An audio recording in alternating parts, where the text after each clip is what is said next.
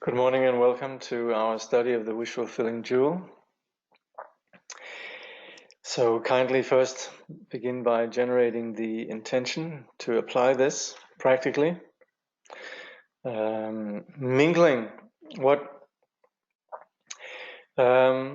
we should mingle what we're hearing here with our personal experience. So this should never be left as just information. There's very little emphasis actually on storing it. Well, there is, we do it practically. But in terms of the objective of Buddhism, it is not about information and it is not about storing information. We're not great Buddhists because we have a lot of information. So we want to put this into practice. So this is what we're doing, and all of this is, yes, it's information, but the information, for example, in terms of lineage, in terms of the practices, is to be applied. The information around lineage and the relationship to the lineage, to the teacher, and so on, is ultimately about something that is beyond them. It's beyond the characters in the lineage, and it's about our Buddha nature as inseparable from the lineage teacher, from the guru, etc. That's what the lineage, that is the intention of the lineage teacher, and that's the intention of the teaching. So kindly on that basis then generate the intention to then put this into experience. So I'm assuming the sound is okay. I don't see anybody mentioning that, so I think we can just begin.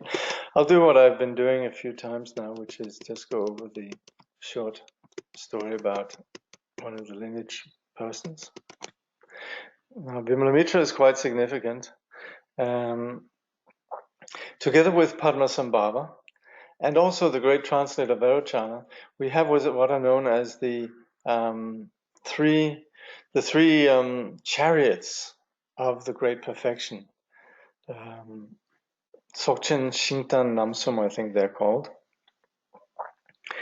And these masters, they were the ones that brought the Dzogchen teaching to Tibet. So it's Vimalamitra, Padmasambhava, and Vairocana. And we would say that Vimalamitra of course, both Padmasambhava and Vimalamitra are infinitely kind to the Tibetans. That's how we would always phrase it. But we would also say Vimalamitra, he vowed to actually come back to Tibet and clarify, you could say revitalize, the view and practice of the great perfection every 100 years. So there's a number of masters that we regard as such manifestations of Vimalamitra, including Longchen Rabjam, and in recent time, the great Khenpo Ngawang Palsang, Khenpo Ngakchung. Also, we view the Khyentse Rinpoches, Jamin Khyentse Wangpo, Dilgo Khyentse Rinpoche, Tsongsa Khyentse Rinpoche. All of these we view as manifestations of Vimalamitra. So Vimalamitra was one of the early masters of Dzogchen. He was born in eastern Tibet, and as you perhaps remember, together with his friend Janasutra, they jointly received this vision of Vajrasattva or Avalokiteshvara where they were informed to go and study with Sri Singha in China. And Vimalamitra actually, he went right away. And he studied with Sri Singha for a number of years and was very happy with the teachings that he received, and then returned. We had this incident where Vimalamitra, in the narrative, Sri Singha asked Vimalamitra, "Are you happy with what you received?" And he says, "Yes." Whereas Janasutra, he was a bit more difficult. He was saying, "No, I'm not satisfied. I want more." And so he then received the complete teaching. And as you perhaps remember, then the Dzogchen teaching was divided into three series: the mind series, the space series, and the instruction series. And within the instruction series, I think Vimalamitra, he received the the first three, but he didn't receive the last. Within the instruction series, we say there's outer, inner secret, and most secret. And he didn't receive the most secrets, which is what we then famously call Nyingtik, the heart essence teachings. And these then were given to Jana Sutra. However, later he received many teachings. He basically, back in India, he was practicing, he met Jana Sutra, say you should go and study with Sri Singha, which Jana Sutra did. And then when Jana Sutra came back, Vimalamitra was practicing in a charnel ground. There's some descriptions about how he was riding wild animals and surrounded by the dakinis, and he was sort of following what we call the path of yogic discipline. And then he had a vision that he should go and study with his old colleague, Jana Sutra. And he then sought out Jana Sutra and received then the complete transmissions from him. And these teachings, the heart essence teachings, he then became the holder of. And there's not much word about how he spread the actual heart essence teaching in India, but it does mention that he became very highly respected guru in India, and he was the guru of a great Indian king when he was invited to Tibet. And for one reason or another, he decided to follow up on that invitation and travel to Tibet. Now, initially, well, what happened was the Indians, they were upset that Vimalamitra went to Tibet. And we even here says that the Dakinis, they even cried out, he shouldn't be leaving India. And so there was some messengers were sent out to Tibet disgracing Vimalamitra. So when he arrived in Tibet, he had a very bad reputation. Basically, these messengers had sent out some negative publicity about Vimalamitra. And so when he arrived, there was a general recognition that he was a great master, but also then some suspicion. So he was he was received at Samye Monastery, and there was a lot going on there. Already the translations had begun, but he was relegated to one temple and just told to stay there. There was a statue of Mahavairochana, and then what is the story again? Yeah, one day then the king Trisondetsen, he came then to see Vimalamitra, and there was some comment about Vimalamitra not making a prostration to the statue. Now I forget the exact story. You should go and find it. But anyway, the king somehow commented that Vimalamitra hadn't prostrated to the great statue in the room where he was staying. And so Vimalamitra says, "Okay, you can see what happens if I do that." And when he prostrated to the statue collapsed. It fell into bits, and the king was horrified. And but what Vimalamitra did then was snap his finger, and the statue remanifested perfectly, even more splendid than before. But this was an indication of Vimalamitra's worth, simply that it was not proper. I think he made a comment, it's not proper for the absolute deity to prostrate to the relative deity, or he said something like that. Anyway, at that point, the king realized that Vimalamitra was authentic, and then Vimalamitra was asked to teach. Okay, there's a little bit more story actually, because at that time, Vairochana had already been to India and had already received teachings. I think even maybe he went to China, but he received teachings from Sri Singha. And he had been teaching in Tibet. At one point, he had been banished from central Tibet. This is sort of a longer story. But anyway, he was banished from central Tibet and lived over in the far reaches of eastern Tibet. And at that time, he had a student called Yudra Ningpo. And Yudra Ningpo received all the Dzogchen teaching of Vairochana, specifically what we call the Mind series, and became very accomplished. And at one point, he ventured over to central Tibet to Samye, And he saw Vimalamitra teaching there, and he knew who Vimalamitra was. Maybe Bharachana had informed him. But anyway, he sat in the back row as Vimalamitra was teaching, and Vimalamitra was then basically hiding his qualities as a great teacher.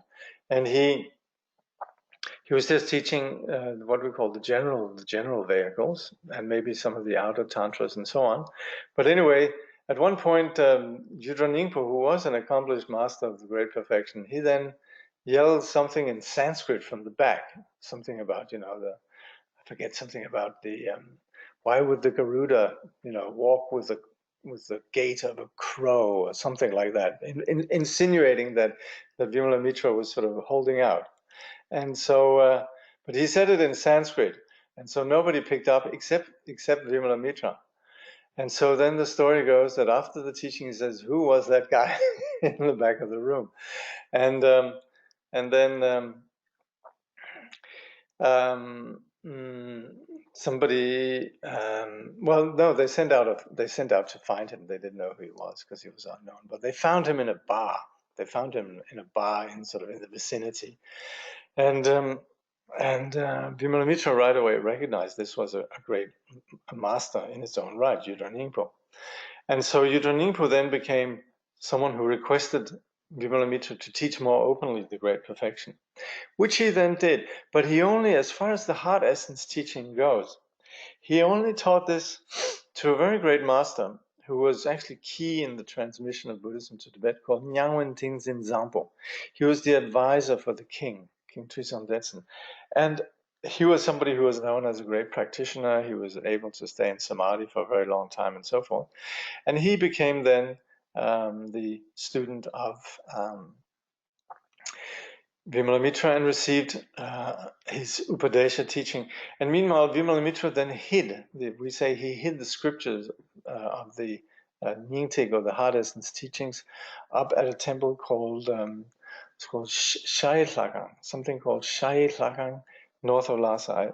I don't know exactly about where it is, but it's famed to be near Lhasa. And it was only later than these volumes were found. But anyway, Vimalamitra then stayed in Tibet. He passed on some transmission to Nyangwen Tingzin Zampo, and so the lineage, the Dzogchen lineage that we call the heart essence, or the Nyingtik teachings, then were passed on orally from Vimalamitra. Now this is in contrast to the lineage, the same lineage actually of Dzogchen, the Nyingtik teaching from Padmasambhava, who also received these teachings from Sri Singha.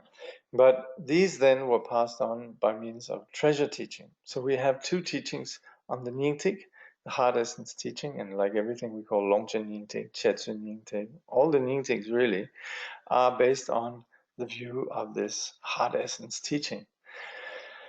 So we have two main lineages, the treasure teaching from Padmasambhava, and then the oral lineage then that comes down from Vimalamitra. And then Vimalamitra eventually, after having taught for a while, he left Tibet and he settled down in the Utai Shan in western China, eastern China, and the Five Peak Mountain. And he entered into what is called the Great Transfer Rainbow Body, which is, the rainbow body is when the elements, and not only you could say the mind's purity, but also the mind settles into its original purity, but also the physical elements settle into the original purity, which is what we call the rainbow body. Then there is the particular form of the rainbow body where the body remains manifest within this world, and there's masters like Sri Singha, Padmasambhava, and Vimalamitra there. They're generally said to be the three masters who have taken this what we call the rainbow body of great transfer. And as such, we would say that Vimalamitra still abides in the Five Peak Mountain in China. And then it is that he vowed that he would come back and rekindle the view and practice of the great perfection every 100 years. We would say every 100 years there are masters who are the manifestation of Vimalamitra.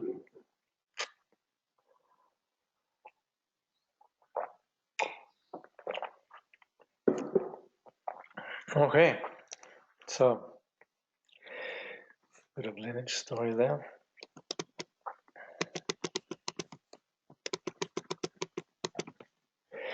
Now, by the way, the Longchen Yingtig is a bit special in this regard because, while I said there's two lineages that come from these two masters, one is the treasure lineage and one is the oral lineage, the treasure lineage from Padmasambhava, the oral lineage from Vimalamitra. These teachings were all gathered by Longchenpa. And we have what's known as the 4 sections of the Nyingtik, which are Longchenpa's gathering of these teachings and also his commentaries and so forth.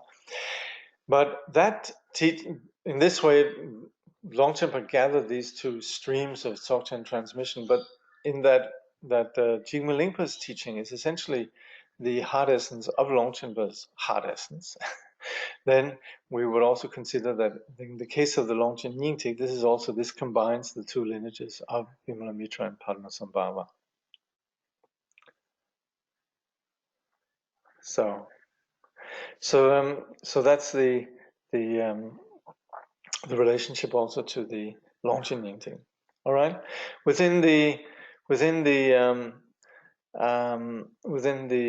Guru Yoga, then we've looked at the visualization. We've looked at invoking the Guru Rinpoche with the 7-line supplication. Then presently we're in the what do we call it? The seven branches of service, or the 7 branches of puja. And so we looked last time at the prostration, but this is the time then when we're doing this practice. Then we are offering physical prostration. So we chant the liturgy while we do the physical prostrations.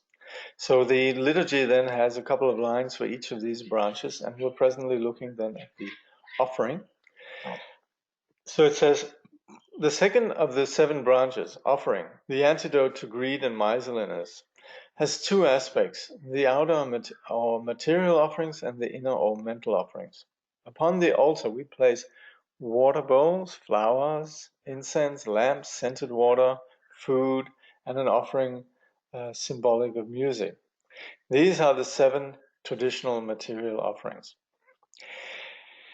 Now, when we have these 7, it's as I have been told, this does come from an Indian tradition. There was essentially 7 or 8 things that you would always have present when you invited a VIP, and you'd make sure that when they arrive, you offer them something to drink. You then offer them something to wash with. Then you offer them incense, or rather, you offer them flowers. Then you take them inside as you're waving incense in front of them. And then when you come in, then you light up the house. You offer them perfume, you offer them food, and you offer them music. And that, all in all, is then, these are the, including the lamps, and they are 7 plus 1 offerings in this way. So that's what we have on the shrine, and these 7 bowls symbolize these drinking water, bathing water, flower, incense, lamps, scented water, food, and music. Then it says, through our power of concentration, we can offer the vast display of all phenomena, referred to as the mudra of existence. This means that we make an offering of the entire universe, not in an ordinary, but in a glorified form. For example, mountains, ordinarily splendid, are here made entirely of gold, silver, coral, jewels, and all kinds of precious substances. Forests are lush with wishful-filling trees, and lakes and rivers are filled with amrita, the nectar of immortality. We offer not only these things, but we also see around us. But also all we see around us that is pleasing or beautiful, such as gardens and parks, flowers, birds, animals, and even the magnificence of large cities with all their richness and variety. All this we offer to Guru Rinpoche and his retinue of Buddhas and Bodhisattvas, thereby accumulating great merit. Now, as we saw with the offering, when offering prostration or when bowing down, we're not objectifying the refuge in an ultimate way. but in in rejoicing in the qualities and submitting our own pride and acknowledging the value of the teacher, not only as something that is external, but also as rejoicing from a place that recognizes that we ourselves possess Buddha nature, but there is someone who has made it manifest. And so our bowing down to the external teacher is also bowing down to the internal, non-dual wisdom teacher.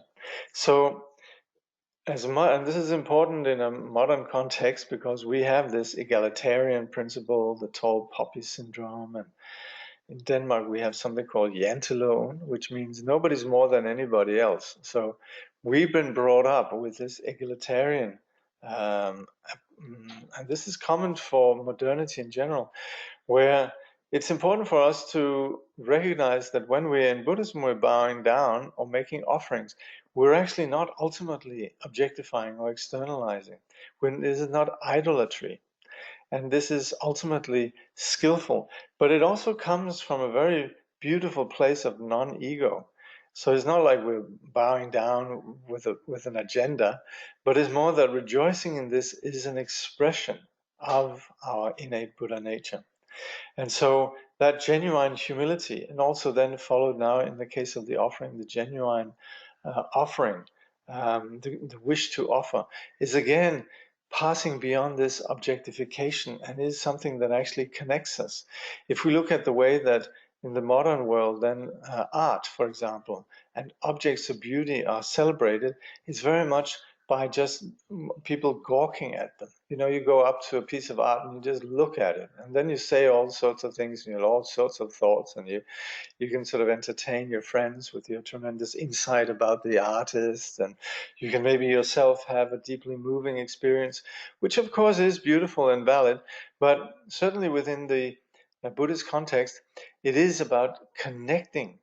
And so if you look at art in the civilizations that are familiar with wisdom and the human potential that's represented by the sacred art, then it's not left just to be looked at or objectified, but it's something to be connected with. So we see in cultures like the sacred cultures we have in India or in Tibet, or if you go to places like Bali and so forth, whenever there's something sacred, very often you'll see that people put a flower in front of it, or they bow to it, or they express something that is not just externalizing it, but also connecting with it.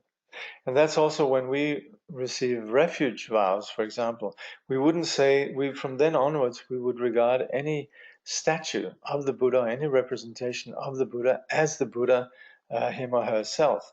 So in that sense, the representations, you could say that their craftsmanship is almost secondary. You'll very often have very holy statues that from a sort of purely aesthetic point of view might not be that beautiful, but somehow carries a blessing and somehow is seen as being something that facilitates this, you could say, transmission and the manifestation of enlightenment, and has maybe spoken to people, or has maybe in one way or another sort of broken through the ordinary dualistic concept. But that of course is contingent on the faith of the individual.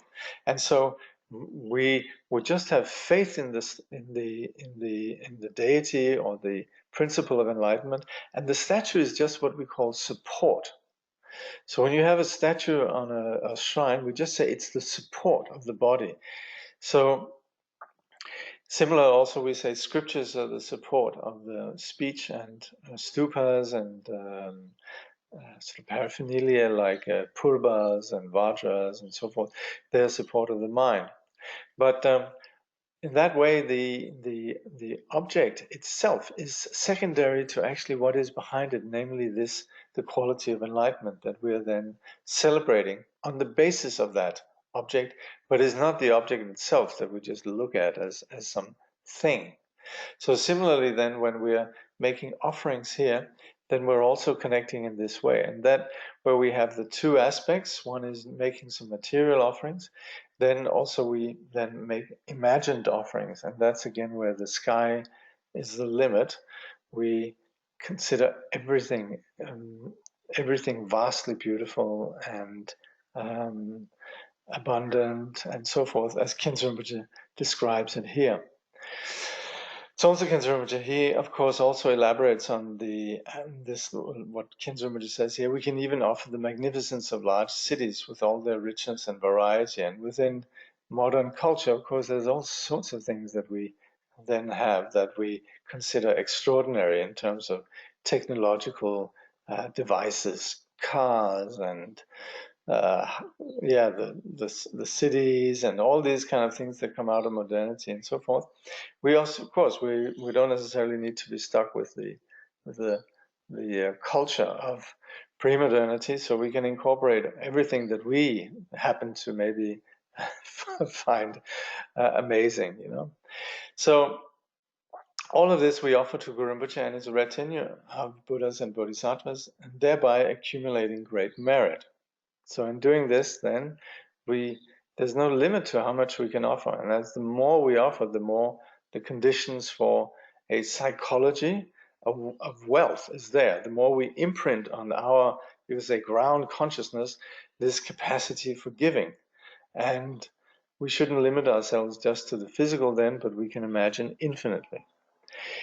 Khyentse Rinpoche goes on to say, the most extraordinary and effective way of making such offering is the cloud-like offering of Samantabhadra. Okay, this is something that is very often referred to. Visualizing ourselves as the Bodhisattva Samantabhadra, we emanate from our heart thousands of brilliant rays of light, each of which carries vast offerings to the Buddhas of the 10 directions. On the very tip of each of these rays, we generate an emanation of ourselves as Samantabhadra, from whose heart shine thousands of rays of light, bearing even vaster offerings. At the tip of each of these rays is again Samantabhadra, and again light rays and offerings, and so on, until all the great immensity of space is completely filled with offerings beyond measure.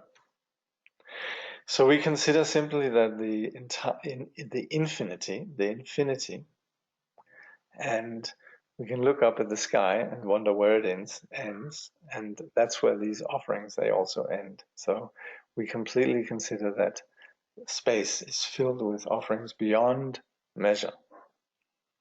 Additionally, we should offer from the very depth of our heart whatever in the world we cherish most, such as our body, our children, our spouse, our property, and so forth.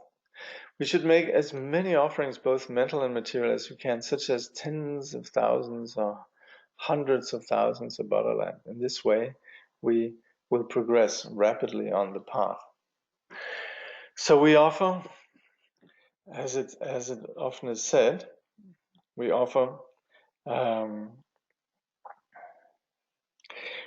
everything, including all our possessions, our wealth, everything that we can imagine. Of course, the things that are most dear to us, our beloved ones and so forth, our own body, everything that we cherish and own, all of that.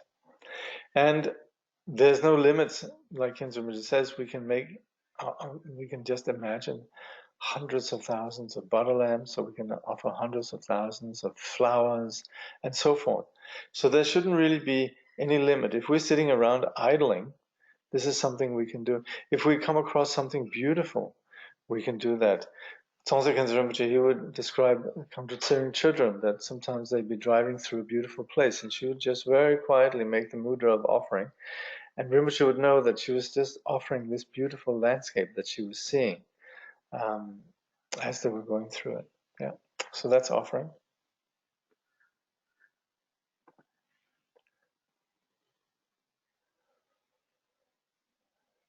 How to include the Samantabhadra offering in the brief launching Nyingtik practice? Between the 7-line and the Guru Vajra mantra, as in the long version. Actually, it's not there. And the the various Ngondros, they're all very different, and of course here we have a very, very short Ngondro, but that is also why if we could, we can do. I mean, actually, we could. There's absolutely no reason why you couldn't. Then you could. What you could do is then, what could you do? You could incorporate this prayer if you want. There's certainly no. These short Ngondros, they are there to accommodate those with very little time. But there's certainly no harm in adding. And if you would like, you could put in you could do these 7-line, the 7 branch prayers. You could put it into the liturgy at that point. Then there's a comment. This is also very good practice for non-attachment, offering all that we cherish. Indeed. And that's, for example, also something that you have in the longer Longchen Ngondro, is the practice of the chud, which is the particular practice of offering what we are most attached to, namely our body. So yes, that's what we do with offering. Yeah. Confession. All right. Now, confession is an interesting word. In Tibetan, it's shakpa. And recently, the Padmakara Translation Committee, there's a place where they comment. I think it was in the torch, lighting the path to freedom, where we make a point that what we mean with confession is that we're parting with habits. So we due to our ignorance and confusion, habitual patterns, obscurations, we predictably engage in actions that are not constructive. And as practitioners on the path, then we might set ourselves, you could say, goals for our discipline. And then because of these sort of these ignorant and obscuring habitual patterns, then we might fall short of it. But the point is that we can purify this. We would say any negative action has one quality, and that is that it can be purified. And in this way, we can part ways from it. So shakpa, we use the word confession, but the problem with confession, as with some of the language, because we operate within a phenomenology that traditionally was the domain of what we would call the church, then we have to borrow these terms, because our sort of rather primitive materialist vocabulary doesn't really cover a lot of these terms. We have words that, if you look at some of the translations within the way of the Bodhisattva, then yes, they use words like sin, and we are using words like confession and so on that are associated with practices that for many people are seen as corrupt. And so there's very often that modern people have reactions to some of the vocabulary. And that's why I would say we need to expand raise our level of sophistication a little bit. We need to expand our vocabulary and get over some of the we might be deeply in awe of our own culture and it's the way it interprets things, and we might then think confession is not an acceptable term. And so yes, there's good news for you can just say parting. But what's implicit is something that we are leaving behind. There's no reason why we should keep it. In fact, what we want to do with negative actions is discontinue our association with them as soon as possible. So if we've done something negative, particularly if we've broken our discipline or incomplete discipline, then we want to discontinue this practice as soon as possible so it does not become part of us and does not become a habitual pattern. So parting is very important. So confession, and we'll now just stick with that word. So confession is really important in terms of us. We're sort of aligning ourselves with the purity of our being, and then due to habits we sort of fall back into the sloppiness of destructive patterns. And that's why it's important that we don't allow this to settle and begin to fester, but we acknowledge it right away and free ourselves of it. So that's what's implicit in confession. Khyentse Rinpoche says the third branch is confession, while remaining aware. Sorry. The third branch is confession, while remaining aware of the expanse of the luminous Dharmakaya or absolute state, we confess all the negative actions of body, speech, and mind that hinder our progress towards enlightenment. So we recognize that innately, the ground itself is completely untouched by any kind of obscuration that exists within the obscured state. The primordial ground itself is unstained. Just like we would say, the window is unstained by the dirt. We say we clean the window, but we're actually just removing the dirt that prevents us from seeing the dirt. So the original ground of our being is uncontaminated. And yet, because we are caught up within the condition, the contaminated condition, and operate on the basis of this all ground, then what is imprinted on this all ground, which are the patterns of body, speech, and mind, we're concerned about that. And so we wish to acknowledge and confess all the negative actions of body, speech, and mind, because they solidify this duality. There's me and my object, and there's my habitual patterns, and there's my basically what we call karma and kleshas that settle. So that is something that obscures the original condition. So we want to part from that. Khyentse Rinpoche says, since beginningless time, we have been taking rebirth. We have been taking rebirth in the ocean of samsara. Though a Buddha in his omniscience knows each of the lives we have lived, even were he to speak for an entire kalpa, he would be unable to describe all of them. Throughout each of these innumerable lives, we have been accumulating the imprints of negative actions. Of the body, these include killing, taking what is not given, and sexual misconduct. Of speech, they include the telling of lies, slandering others, idle gossip, and piercing the heart of others with harsh words. Of the mind, they include envy, the wish to harm others, and adherence to false views. So these are something that we often describe in terms of understanding the nature of what it is that drives happiness and what it is that drives suffering. Basically what we call the 10 non-virtues and their opposite, the 10 virtues. Other negative actions of the 3 doors involve transgressions of the pratimoksha vows, the bodhisattva vows, and samayas of secret mantrayana. So the first, they fall into the category of what we could call natural negative actions. The others, they're more negative actions that have to do with our practice of the path. Rinpoche says, let's just see what they say about here. Yeah, the 3 vows. So when you're practicing the path, there's 3 levels of vows. And this is, by the way, also very similar to what Chögyam Trungpa refers to as the 3 yanas. And these are then the vows of the pratimoksha, the monastic vows. Then there's the vows of the bodhisattva, the commitment to the bodhisattva path. And then the samayas of secret mantrayana, which are then what we call the Vijayadhara mantras.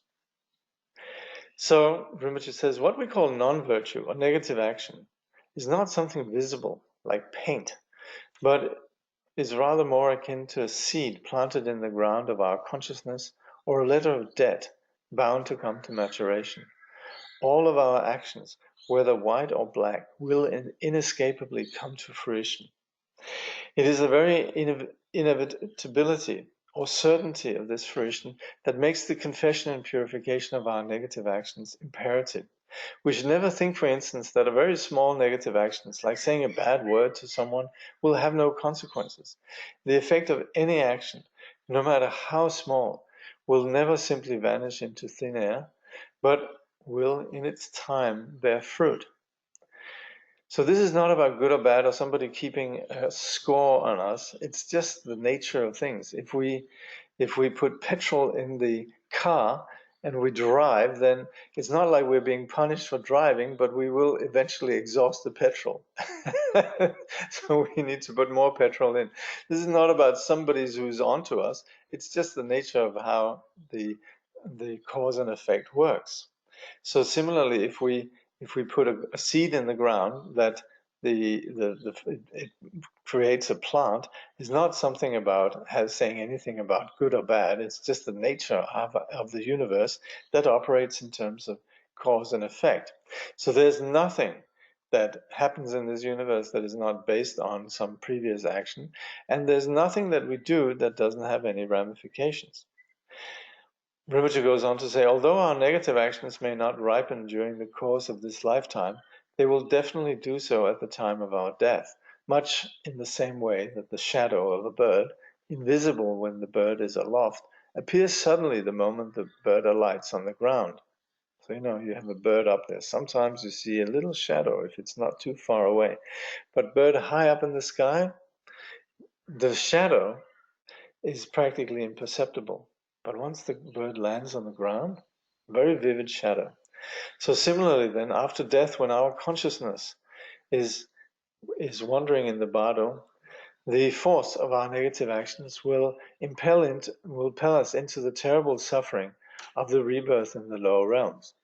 Well, of course, depending on what kind of karma we have, we'll have different rebirths. But basically, what we'd want to worry about is rebirth in the lower realms.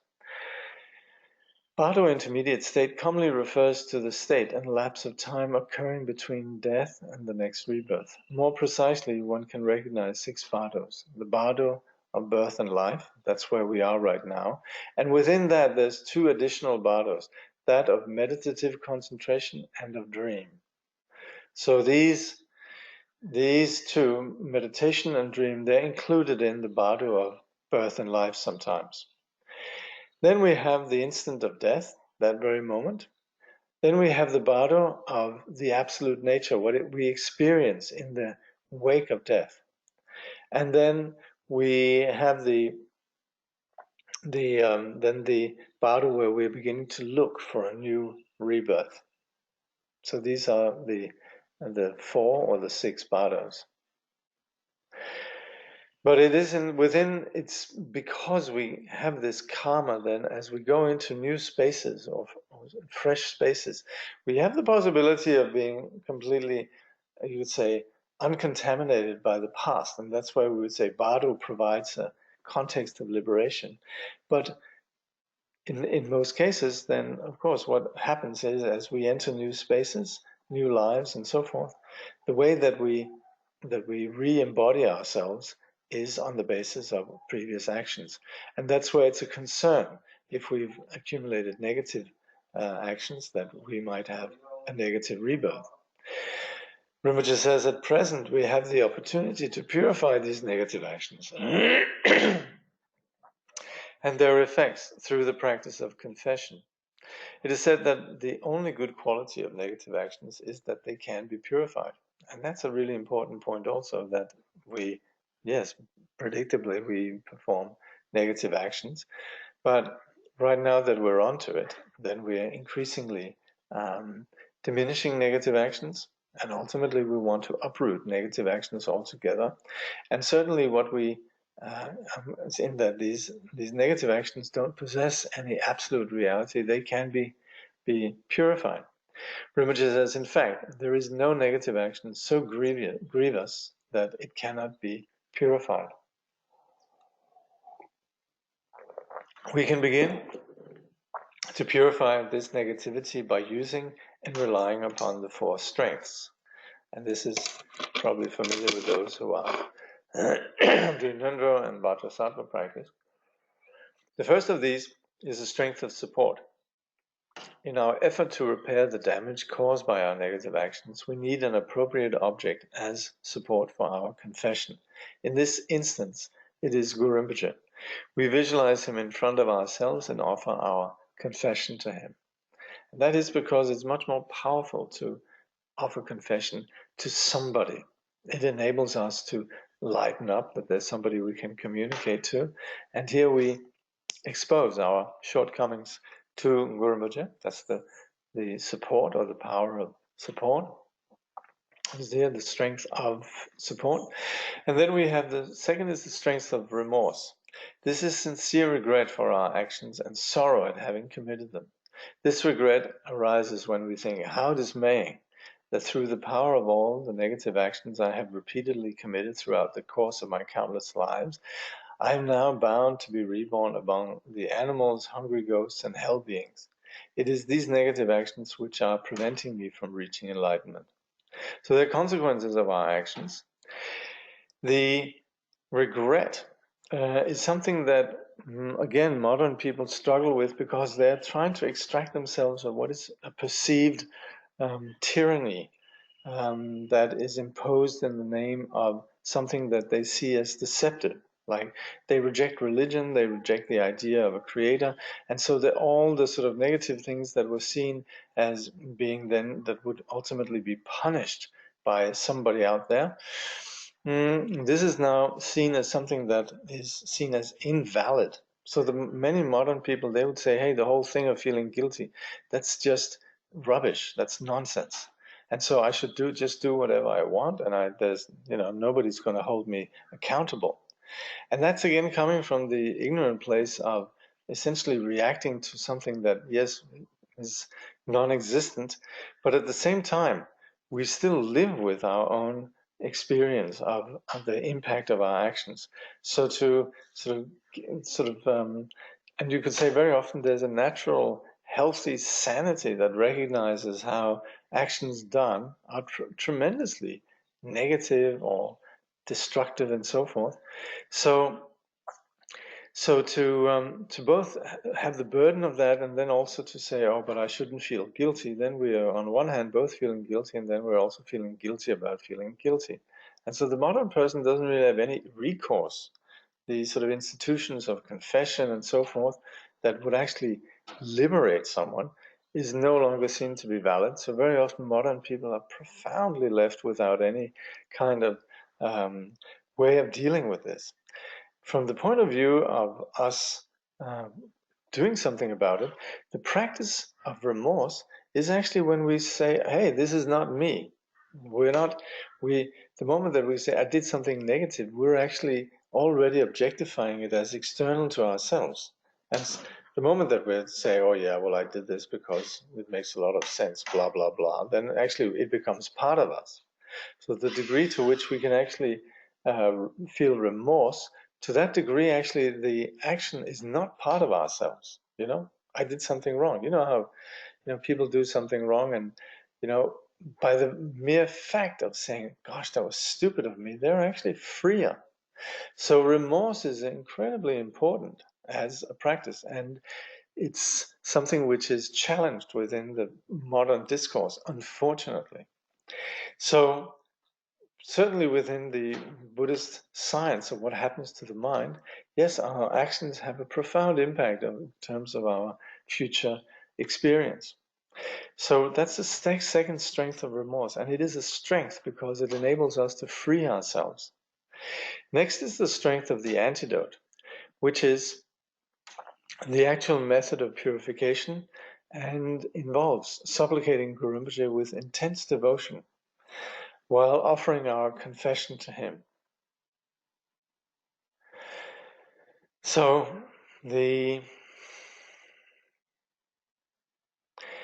in response to the intensity of this devotion, nectar and rays of light emanate from Guru Rinpoche's heart and from his whole body.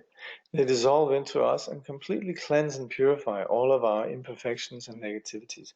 Our body, purified, becomes immaculate and clear as crystal, filled with wisdom nectar. Guru Rinpoche, smiling radiantly, then speaks to us, saying, all of your obscurations are purified. With this, he melts into light and dissolves into us. We then remain for a while in a state of union with Guru Rinpoche's mind.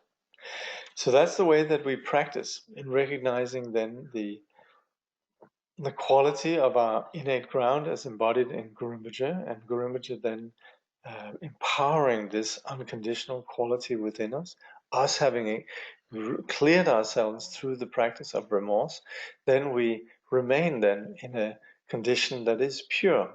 You could say blank slate. We're clean. And actually, Ngondro Rinpoche, she would say that that's very good, but this is ultimately also contingent on us keeping that. So we confess and we purify, but then it's also about us abiding consistently with that. Otherwise, we're a bit like those who would just say, well, I'll do it because I like to, and then I'll just confess afterwards.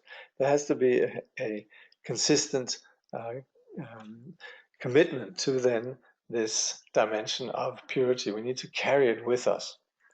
Fourth is the strength of the promise, the vow. After confessing, regretting, and purifying all of our negative actions, we will then resolve firmly to refrain from committing such actions in the future, even at the cost of our lives. So we realize the importance of this, and so we're completely committed to it. If this resolution or promise is not made, then our confession is not much use. If we think, if the opportunity to commit this negative actions arise in the future, I'll be unable to refrain from repeating it. Or if we think, the commitment of the fault is the committing of the fault is unimportant, since I can easily purify it later on. Then we make little progress. Some Tibetan lamas, they'll tell the stories about Eastern Tibetans, the Kampas, who would sort of many Kampas, there was not a whole lot of career possibilities in Kam. You could become a nomad, a business person, a monk, or a nun, or you become a bandit. And so a lot of bandits, they would realize they needed to do something about this, so they would go on pilgrimage and confess everything. So, but on the pilgrimage way to Lhasa, then they would, of course, steal and rob and plunder as they went along. Then when they were in Lhasa, they would they would make all the confessions, and then probably when they went back, they would continue their usual ways.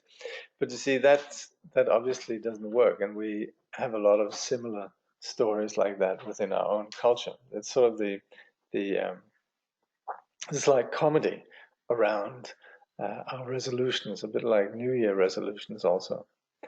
But the thing is also, we never give up. That's an important point. What we have here is a possibility of continually coming back to the blank slate. So we might have messed up on the basis of our habitual patterns, and we certainly are intending to keep our commitment pure. But then again, there might be circumstances that lead to some breaking of these. And in this way, we should realize that there's never any purification that cannot be purified, and we should never give up. We should never go, oh, I'm giving up on this path because, let's just face it, I'm only human, and so I can't do all these things. That's a really depressed, defeatist approach. Yeah, we are definitely human, and we definitely have habitual patterns, but we can do something about it, and we can progress slowly. Rinpoche says, before we heard the teachings of the Dharma, we were unaware of the dire effects of negative actions and negative emotions. Now, however, having a clear understanding of these things, we should make an unwavering promise to avoid such actions in the future. According to the Pith instructions, we can conclude our practice of the third branch by visualizing all our negative actions of body, speech, and mind in the form of a black substance that has gathered on the tip of our tongue. Then Guru Rinpoche emanates from his body rays of light that touch our tongue, completely dissolving all these gathered impurities in the same way that the rays of the morning sun dissolves the dew that has collected on the tips of grass during the night. Thinking that everything has become cleansed, we realize the emptiness and clarity of the absolute state, the Dharmakaya, which, being utterly free from duality, contains not the slightest trace of negativity. It is only due to our obscurations that we discriminate between pure and impure and are unable to recognize the void or empty nature of phenomena. Thus, of all forms of confession, the ultimate one is to confess in the luminous expanse of the Dharmakaya, where there is no notion of subject, object, and action. So also in the Longchen Yingtik Vajrasattva, we have what's called outer, inner, and secret. The outer is confessing Vajrasattva on the crown of our head, us as an impure being, that is then purified. And then the inner is then Vajrasattva dissolving into ourselves and us recognizing our pure manifest form as Vajrasattva. And then ultimately the secret way is the dissolving any reference points whatsoever. So that's the ultimate way of parting from these negative actions. Okay, I think we'll.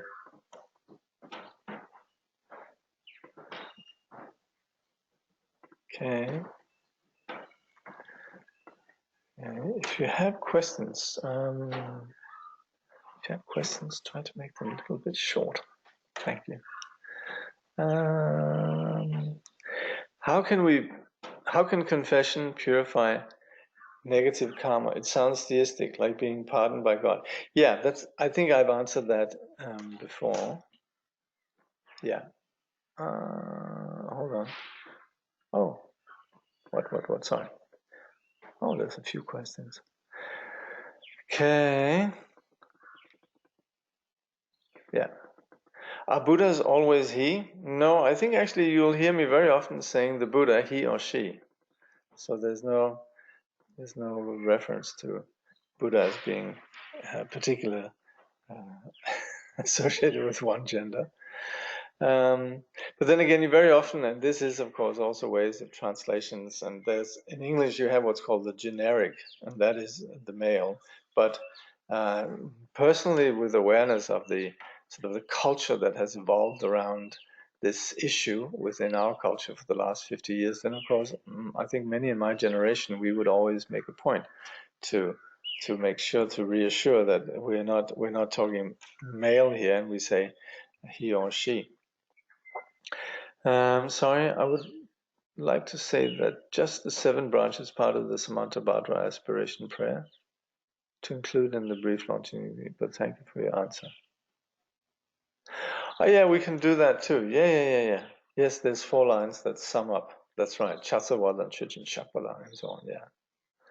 How can confession purify negative karma? It sounds theistic, like being pardoned by God. Yeah, that's just, and so this I think we've just covered on the basis of understanding how the negative actions they don't exist. They only gain traction when we begin to identify with them, and through confession, externalizing them, they actually lose their power over us. So, in the sense that, well, I think I have explained it. This answer probably came in, but I've given quite an elaborate answer on this, I think. But if you still are unclear on it, then let me know. Send me an email. But I think we have covered that quite effectively. I shamefully confess. Okay, and then so on and so forth. Well, this is between you and your teacher, so yes. Yeah. So when we do these negative acts, then we would say there's nothing that cannot be purified. Yeah. So that's why we don't operate with the notion of primordial sin. We don't operate with, and the whole issue of, you could say, the baggage that we have from our culture. I think I have addressed that, and also Khyentse Rinpoche, I think he has addressed how there's nothing that can't be purified. I will practice the 4 strengths as taught. Yes. Thank you very much. Your explanation was very helpful. Good.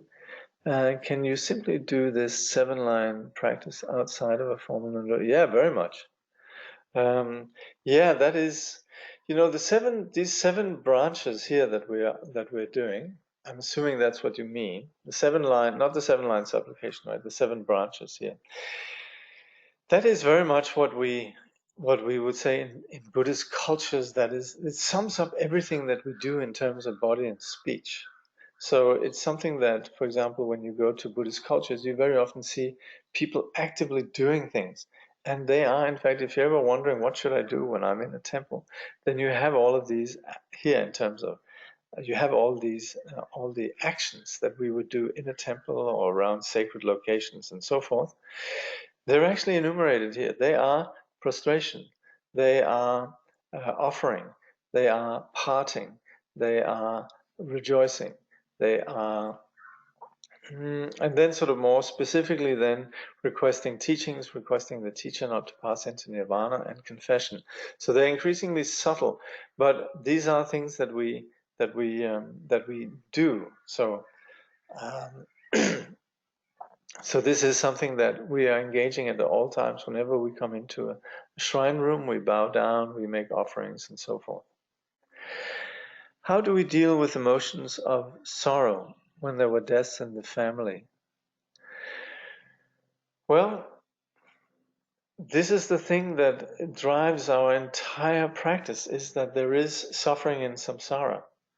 The nature of samsara is suffering. Right now we have emotions when there are deaths in the family, but there's also sorrows that happen at all times, even when we think we are having a pleasure. In fact, this pleasure itself is something that won't last. So whenever we do have any kind of dualistic experience, then it's always permeated by this potential for suffering. Now, practically speaking, in terms of issues like having closure and so forth, and also in terms of assisting those who have passed away, we do a lot. And in doing something for the one who has passed away, this is also very healing for those who are left behind. So in Buddhist cultures, when somebody passes away, we do a lot for their further journey. We make accumulation of merit for them through liberating lives, through lighting lamps, and so forth. We have so many different things that we do for the person that has passed away. We also request great teachers, possibly to help them. Sometimes we request great accomplished masters to do transferring of consciousness or guiding them in the bardo, and so forth. So in this way, there's a lot we can do for the person passed away, and being active for the person that passed away is also something that's very healing for those behind. It enables us to not just be feeling helpless and you could say experiencing a great loss, but also there's something that, it's like parents, when they say goodbye to their children, the children leave home, you equip them as best you can, and then there's only that much you can do for your children. And similarly also for those who pass away, there's only that much we can do for them, but we do our very best.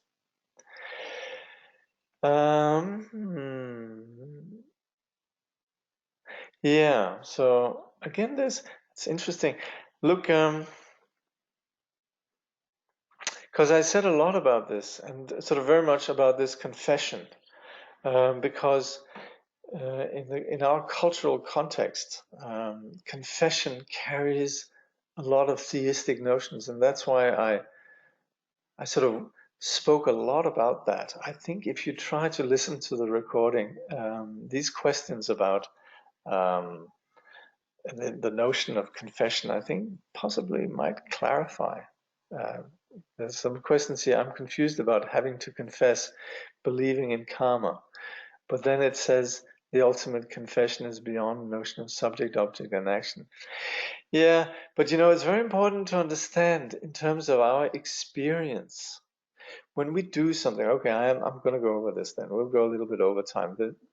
For those who've asked these questions, I'd like to go over them. So, okay, so don't log off now, you who have asked these questions. Okay. When we do something negative, and we do something negative naturally, just out of reaction. Let's say we get angry with somebody. Somebody touches our buttons, and we get angry at them. Now that anger, have you ever noticed that sits with us? That it sits, it becomes, and if we have an interaction with persons, it becomes a pattern that we have ways of reacting. We would say this person really sets off my anger, and so-and-so presses my buttons. So this is something that, please listen now. This is something that affects us, and that's karma.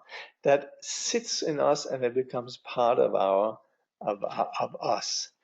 Now, if I say, well, I get angry for so-and-so because so-and-so is like this and that, we begin to justify the anger. It becomes part of us.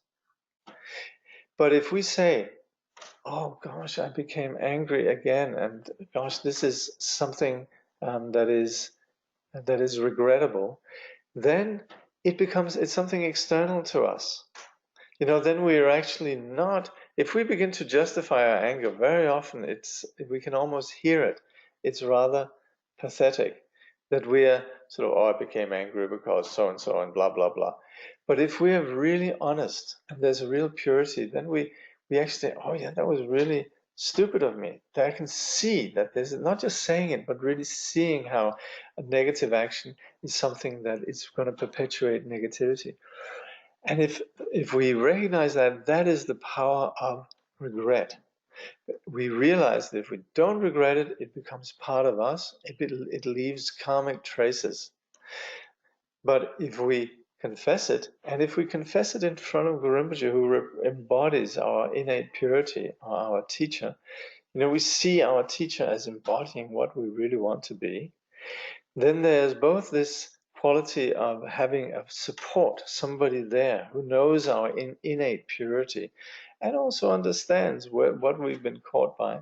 Then there is the power of the support.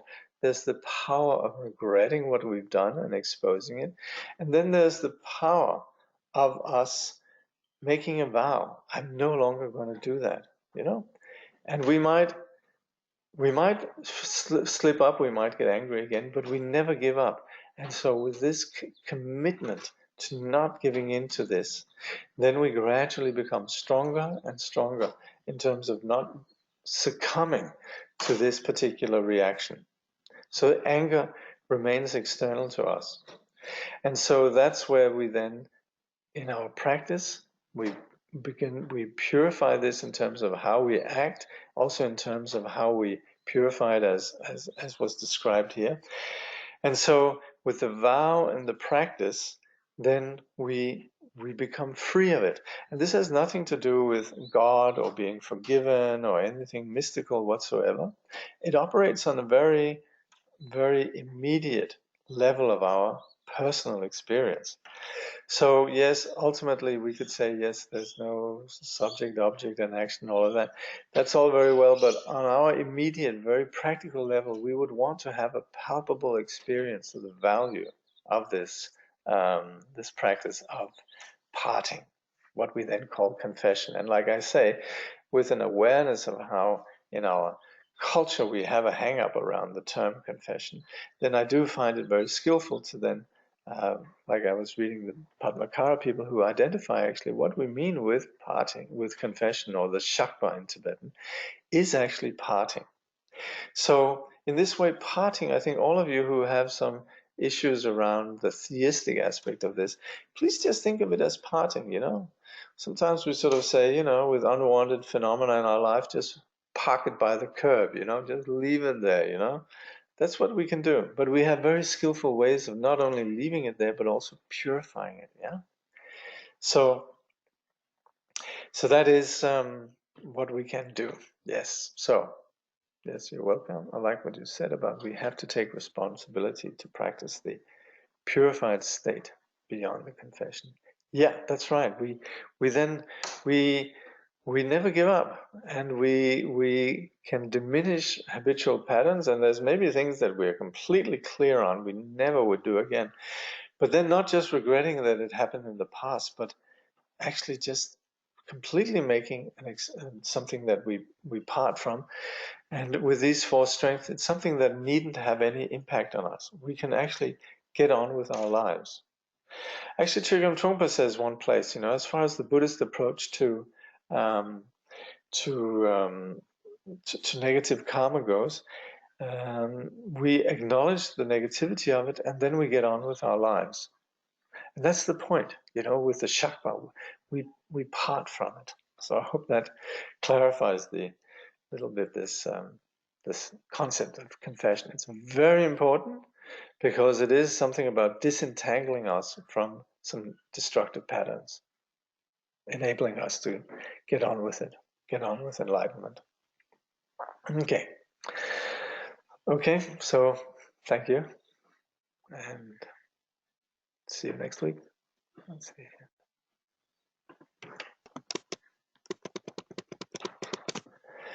Through this virtue may all beings throughout existence awaken together without a single being left behind. In the pure realm of the luminous essence, the ground of the great perfection, may they remain inseparable from the kayas and wisdoms. Through all our births, wherever we may be born, may we be endowed with the 7 good qualities of the higher realms. As soon as we are born, may we meet with the Dharma and have the freedom to practice it properly. At that time, may we please the holy gurus and practice the Dharma throughout the day and night. Realizing the Dharma and accomplishing its essential meaning, may we cross the ocean of existence in that life. Thoroughly teaching the holy Dharma in this world, may we never tire of accomplishing the benefit of others. By this vast benefit of others, without partiality or bias, may all attain Buddhahood together.